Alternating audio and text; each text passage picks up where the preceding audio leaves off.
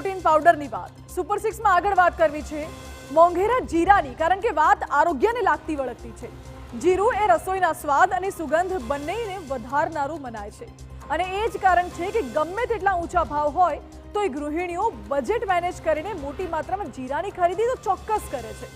પરંતુ હાલ તો સૌથી મોટો સવાલ એ છે કે આપણા ઘરના રસોડા સુધી પહોંચતું આ જીરું અસલી છે કે નકલી।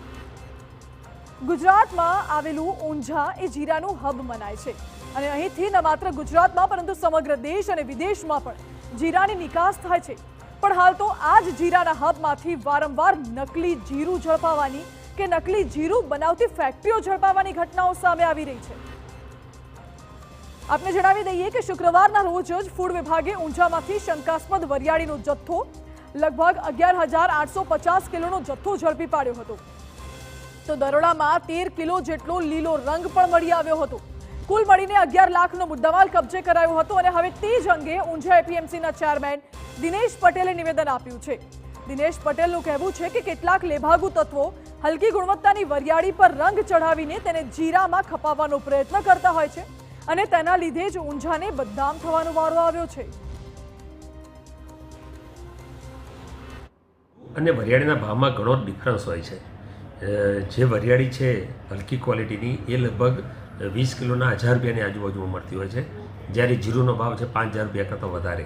એટલે કેટલાક લે ભાગુ અને ઓછી મજૂરીએ વધુ કમાઈ લેવાની લાયમાં કેટલાક તત્વો વરિયાળીની ઉપર જીરુના જેવો કલર કરી અને જીરુમાં ભેળવવાની કામગીરી કરતા હોય છે। આવા 2-3% ક્યાંક આવા લોકો હશે કે જેના આ પ્રવૃત્તિને લીધે ઊંઝાની ઇમેજને પણ ધક્કો લાગે છે, એની ક્રેડિટને પણ એનાથી નુકસાન થાય છે। તો સાંભળ્યું આપે, મહત્વનું તો એ પણ છે કે આ કોઈ પહેલી વાર નથી કે ઊંઝામાંથી લોકોના સ્વાસ્થ્ય સાથે ચેડા કરતો આવો કાળો કારોબાર સામે આવ્યો હોય। આ પહેલા પણ ઊંઝામાંથી નકલી જીરું બનાવતી ફેક્ટરીઓ ઝડપાઈ ચૂકી છે। તો ઘણીવાર અન્ય સ્થળેથી જો નકલી જીરું ઝડપાયું હોય તો તેનું કનેક્શન પણ ઊંઝામાં જ હોવાનું સામે આવ્યું છે। સવાલ એ છે કે શું ઊંઝા જીરાના હબને બદલે નકલી જીરાનું હબ બની રહ્યું છે? દાવો કરાઈ રહ્યો છે કે આ નકલીના કૌભાંડને ડામવા અનેક પગલાં લેવાઈ રહ્યા છે, પણ તેમ છતાં લેભાગુ તત્વો બેફામ રીતે વર્તી રહ્યા છે।